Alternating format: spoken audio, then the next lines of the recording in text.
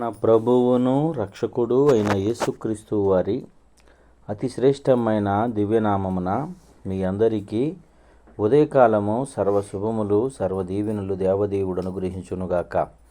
ఆమీన్. దేవుని బిడ్లారా, ఈరోజు 2వ తారీఖు ఆగస్ట్ నెల 2024వ సంవత్సరము. ఈరోజు దేవుని వాగ్దానము యెషయా గ్రంథము 58వ అధ్యాయము 9వ వచనము. నీవు మొర్రపెట్టగా ఆయన నేనున్నానెను.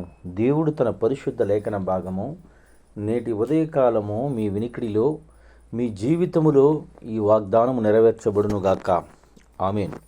దేవుని బిడ్డలారా, దేవదేవుడు మీ గురించి తెలియచేస్తున్నటువంటి మాట, మీరు మొరపెట్టగా, నీవు మొరపెట్టగా, మీరందరూ సమకూడి మొరపెట్టగా ఆయన నేనున్నాను అని మీ మాటకు ఆయన సమాధానం చెప్తానని దేవదేవుడు తెలియజేస్తున్నాడు.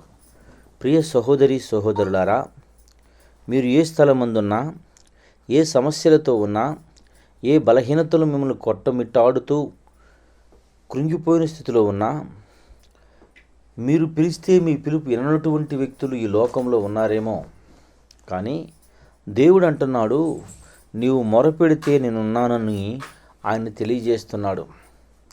ఇంకెందుకు ఆలస్యము? ఆయన వైపు చూడు, నీ హృదయం ఆయన వైపుకు త్రిప్పుకో.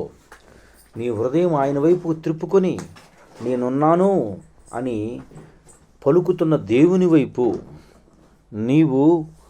నీ హృదయాన్ని తిప్పినడల నీ జీవితానికి ఆశీర్వాదకరము, మేలు, నీకు స్వస్థత, నీకు సమాధానము, నీకు నిత్య జీవము ఆయన అనుగ్రహించును గనుక అట్టి దేవుణ్ణి నీ హృదయపూర్వకంగా అంగీకరించి ఆయనకు లోబడి నీ జీవితంలో నీవు పెట్టు ప్రతి మొర ఆయన విని వాడికి నెరవేర్పు దయచేయునుగాక. ఆమేన్. తండ్రి, నీకు వందనాలు, స్తోత్రములయ్యా. ఉదయకాలమందు నీ బిడ్డలైన వారు ఎందరూ ఈ మాటలు వినుచున్నారో వారందరి జీవితముల్లో తండ్రి ఇటు ఆశీర్వాదము దీవెన అనుగ్రహించి బలపరిచి కృపచూపి సహాయములు చేయమని యేసయ్య నామం పేరటి ప్రార్థన చేయుచున్నాను మా పరమ తండ్రి. ఆమేన్. తండ్రి అయిన దేవుని ప్రేమయు, కుమారుడైన యేసుక్రీస్తు వారి కృపయు, పరిశుద్ధాత్మ తండ్రి అన్యోన్య సావాసం ఇప్పుడును ఎల్లప్పుడూ సన్నిధి సదాకాలం తోడై నెంబడించి నడిపించునుగాక. ఆమేన్. God bless you. దేవదేవుడు మిమ్ము దీవించి ఆస్వాదించునుగాక. ఆమేన్.